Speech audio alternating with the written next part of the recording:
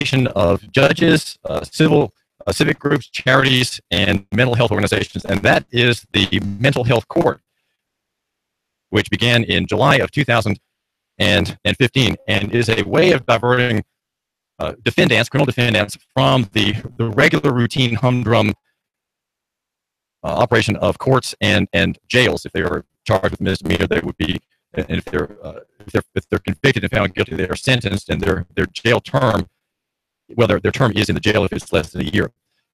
And among those who are leading this organization are Anna Protano-Biggs, who is a public defender was in the public defender's office, and is an attorney. He was there for 9.5 years and 10 years in Chattanooga, and she's the director now of the Mental Health Court. And with her, serving the public through that part of the Hamilton County Judiciary is Judge Don Poole, who oversees an office in a branch of the criminal court, and also Judge Lila Statham, who is a sessions court judge for the county. And we want to find out about how this court works and why it is an important reform. And we want to hear about some important gains that has been in the press just recently. It caught my attention when Roy Exum did a fine column about the court. Anna Protano-Biggs, you're the director of the Mental Health Court. Tell my listener first of all, why this is important for him, and then a little bit of what the purpose is and how it operates. Anna. Yes, thank you very much for having us on today. We're excited to let everyone know about Mental Health Court. We have been in operation since 2015, but we recently got a Hamilton County budget thanks to the Commission and the County Mayor Coppinger in July of this year, and so we are now part of general government for Hamilton County. And what we do is a one-stop shop. We are trying to help those who are mental health consumers, those who have been professionally diagnosed with a mental illness and are in the criminal justice system. We lead them to treatments and necessary supports, and we provide judicial supervision and accountability. And how is this a benefit for the listener? Is there a way that he can say, well, this clearly benefits me. I'm not involved in the judicial system. How does this court have a social value for him? So we are helping both individuals and families transform their lives, which certainly helps our society as well. But we are also helping because it makes fiscal sense in our community.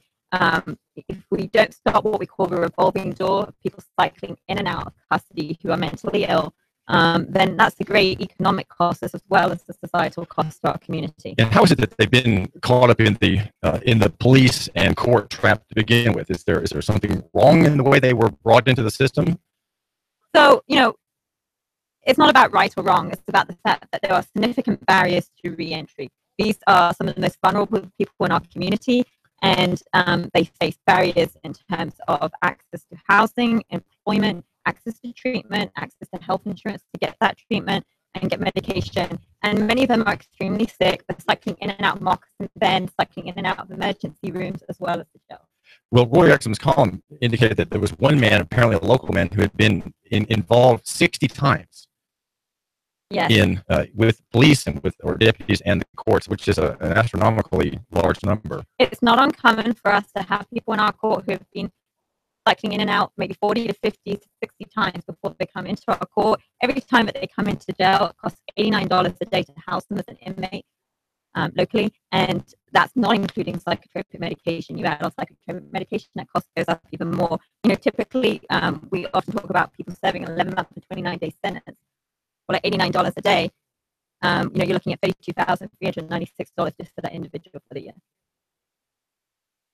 Well, we have here with us Judge Don Poole. Judge Poole, tell my listener a little bit about how you got involved in Anna Protano-Biggs' efforts. How did you get involved in this, and tell my listener a little bit about your experience. I had practiced law for many years before I went on the bench sitting as Division III of criminal court. I had not been on the bench very long when I came to the opinion about 30 to 35% of the people that were appearing before me had mental issues or mental problems.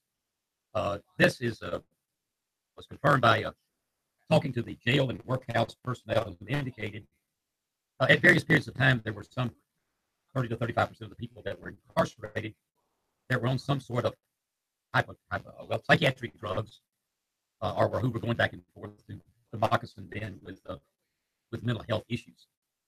So starting probably 4 years ago, Ronald Biggs and a lot of people started working to try to develop a mental health court. These courts have been in operation across the country since the 1990s. The hope is that certainly expense and periods of time will be lessened, and also that the quality of life of these people will be held.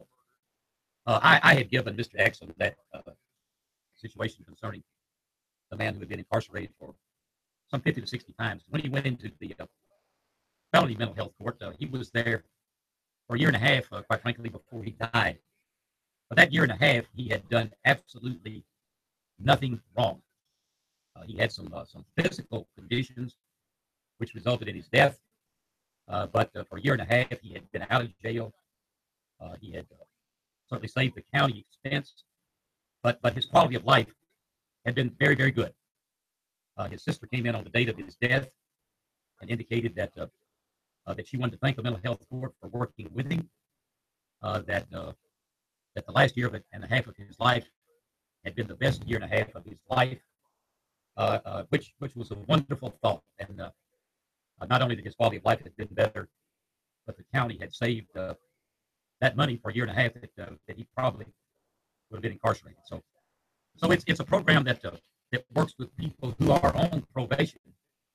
It keeps up with people more completely than people on probation by making them meet counselors and meeting probation officers and coming before a judge, Judge Statham and I, on a weekly basis. So this certainly helps. And how many people have gone through this court, Judge Don Poole? Well, I think between the Sessions Court and Criminal Court, upwards of 150 people. Right now, there are probably 80 to 100 people that are actively involved in criminal court. And we have served over 350 in other ways, linking them to resources and referrals from the community.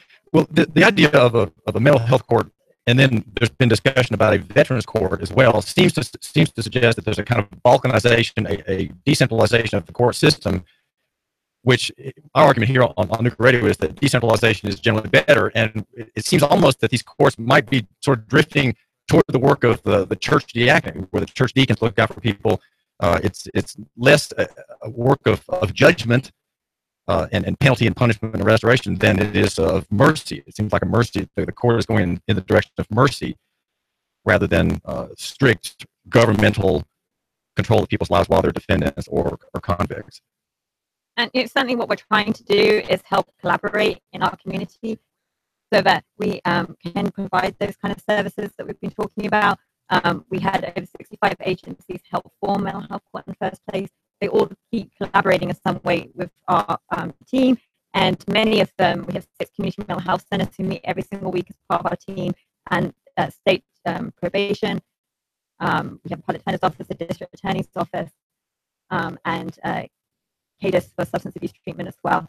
And they all form part of this collaborative team. Can you mention some of the other organizations, Anna Protana Biggs, that are involved? Mm-hmm. So in terms of our 6 community mental health centers, we have Volunteer Behavioral Health, Joe Johnson, we have Helen Ross McNabb, Mental Health Cooperative, Centerstone, Health Connect America, and Cherokee Health Systems, who help every time. Every single week, they come into case meetings, they provide dedicated case management to help supervise. And the important thing is that we're using our existing resources in our community, collaborating and communicating together to provide these services so that the costs that we have to actually outlay there in the first place is much smaller than if we didn't have all that collaboration. We have here also Judge Lila Statham, who runs the Sessions Court courtroom. Judge Statham, can you tell my listener a little bit about how you got involved in the mental health court and what you're seeing in your past with it and in the future, please? What we learned when we were beginning the mental health court was that it would work better if a particular judge would see the individuals on a weekly basis, rather than it being a rotating judge.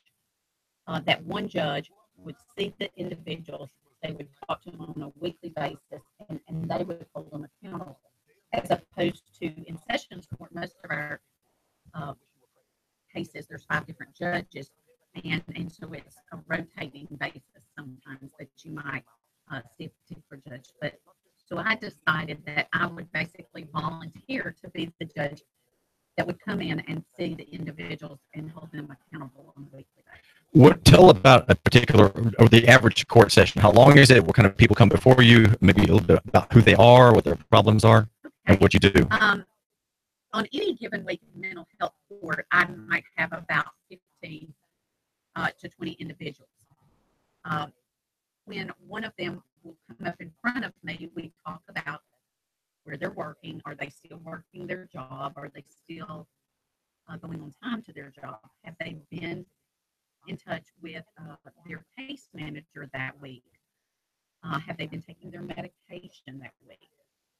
What problems have they had that week that we could help them with? Is there anything that they know of? And sometimes they'll bring up something that might not be big to you and I, but to them it might make a difference in their For example, life.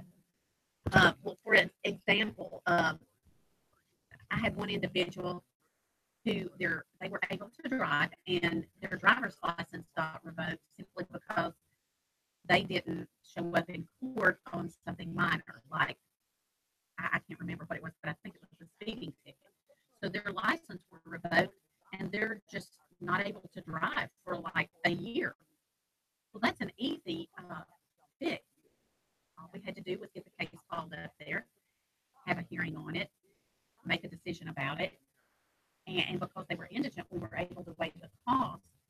They could go down, see the clerk, get the paperwork to get their license reinstated, and they're back able to drive and get to their mental health appointments. But they saw it as such a big mountain to climb, they didn't even know where to begin. And so that's the sort of thing that they might bring to my attention in a week. Or they might have missed the bus and not gotten to their appointment that week for their medication.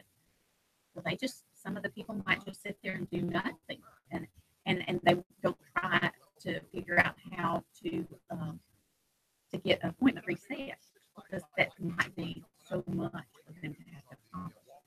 So they bring that up to me. We help get their appointment rescheduled, and they leave feeling accomplished. It seems like so many times the individuals that we see leave happy after they've been there to see us. Have there been cash savings on a Portano Biggs? You're the director of the mental health court. Is there a dollar figure that you can tell my listener about as far as money saved by government in this program? Sure. So, we're a new program. We're still evaluating all the figures, but we did take a snapshot back in February of this year of 50 people who had come into the program, had not come back into the criminal justice system since being in the program, and the lifetime cost of those individuals prior to coming into the program was $3 million to our county.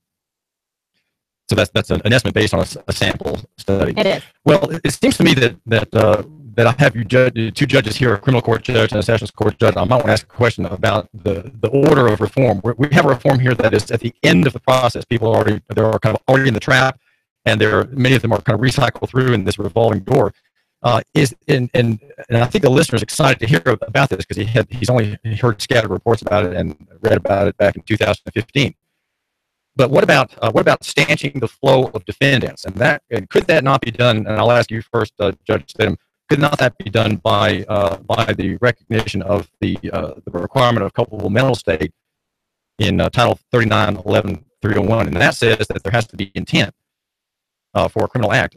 Judges should not say, Mr. Pinkston, you and your staff do not bring a case before me unless you're willing to argue the element of intent in these criminal acts. There are very few strict liability statutes in Tennessee, and they have to be explicitly said. It says here that a culpable mental state is required within this title unless the statute plainly dispenses with that requirement. So you've got judges, that would be you two, and lawyers who go along with this, and they don't defend their that would be the public defender's office. They don't defend the defendant's right to have it charged that he is intending to violate the statute. So could not we cut off the flow at the front end? In other words, have a reform on the front, not just on the back, because on the back you're just treading water. If you stop it in the front, you can cut your dockets, your other court's dockets, in half or more. What do you think about this idea in this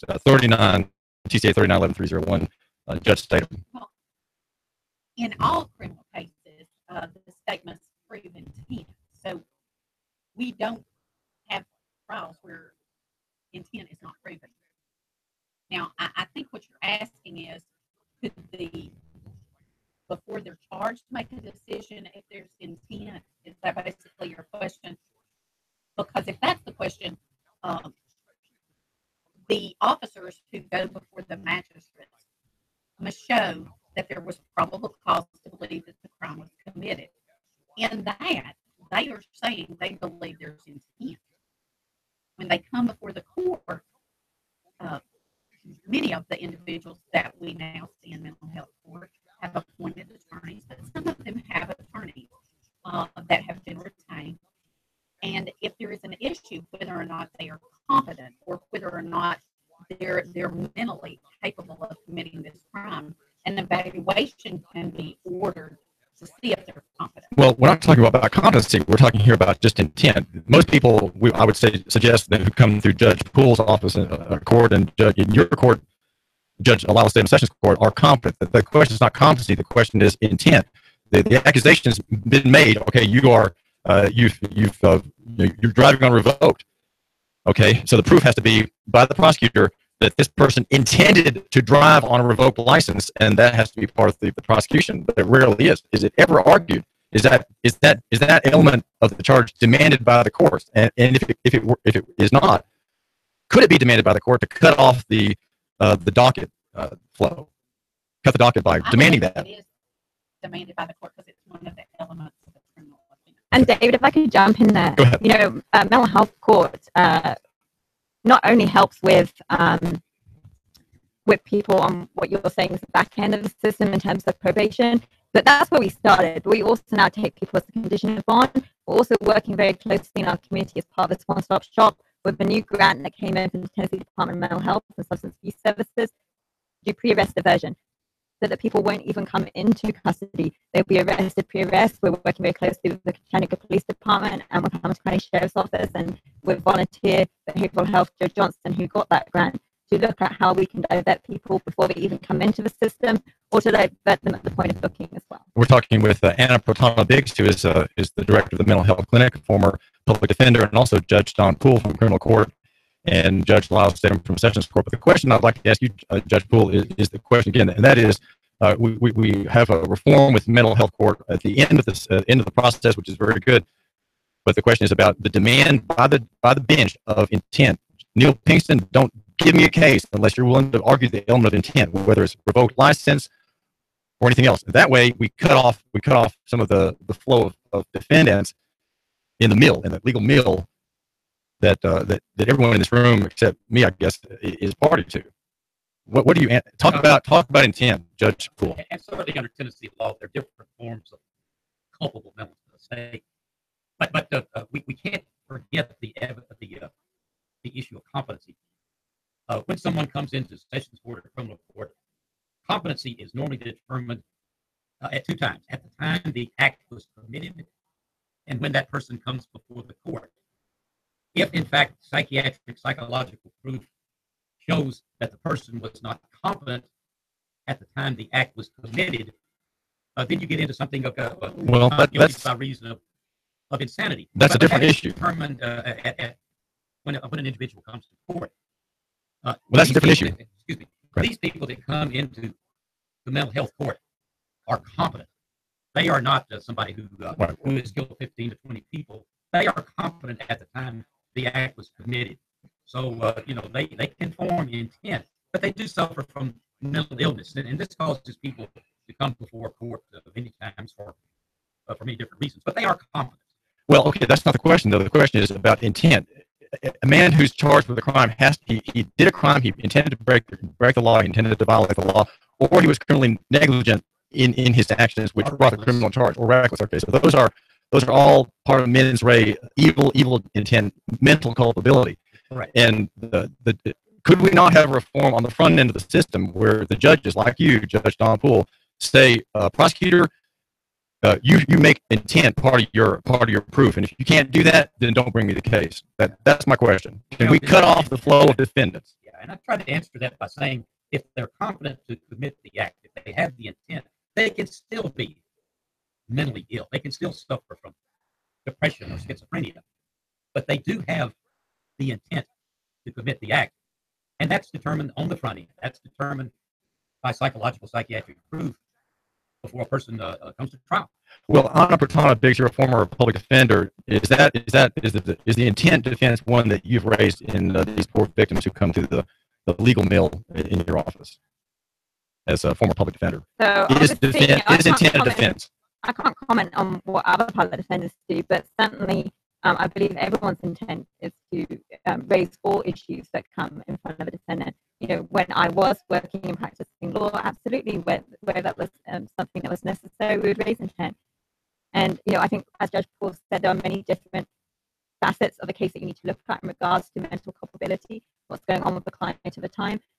But our job is to provide the best defense possible. Well, someone who doesn't make a court hearing certainly didn't intend to not make it, and then that person faces a new criminal charge. So can we not say, look, there's not an intent in this case, so therefore the case cannot be brought before me? That's what I'm asking. Can we not lighten the workload by demanding that this statute, 3911-301, be respected by all parties, including the prosecutor and the public defender's office? And that happens in court regularly every single day.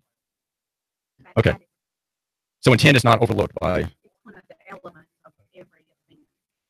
Okay. All right. Well, so It's one of the elements of every criminal offense.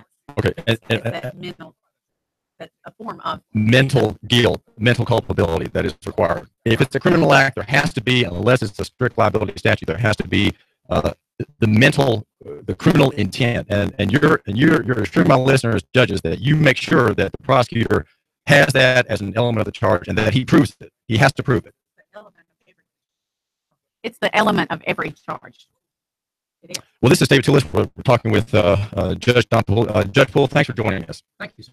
And also Judge Lila Statham, who in Sessions Court. Thank you for joining us, ma'am. Thank you. And we've also heard from Anna Bertana Biggs. It's a very positive development for Hamilton County and the Chattanooga area, and that is the mental health court. What is the prospect, Anna Bertana Biggs, of the Veterans Court? What's the news there? So we're very excited to the things that we are working on right now as the sexual trauma track and also the veteran track, and we hope to be able to bring this to the community in the next year. Well, these are important reforms here in the Chattanooga area for you, my listener. We're glad that you're giving us a couple minutes of your time. These are very gracious servants of the public who care about justice and law, and they are looking to make reforms on the tail end of the system. And here we're asking questions about the reforms at the beginning that would cut the flow of defendants. Most cases are never tried. They've never come before the judges because they're plea bargained by the public defender's office, which I think is kind of a plea bargain bill. Is that fair? David Tulis, we are glad you're joining us. New Radio 92.7 and 95.3 FM HD. Thank you for giving us a few minutes at a time. I've got some important messages now. David Tulis. The Tennessee Valley's news talk leader, Nooga Radio.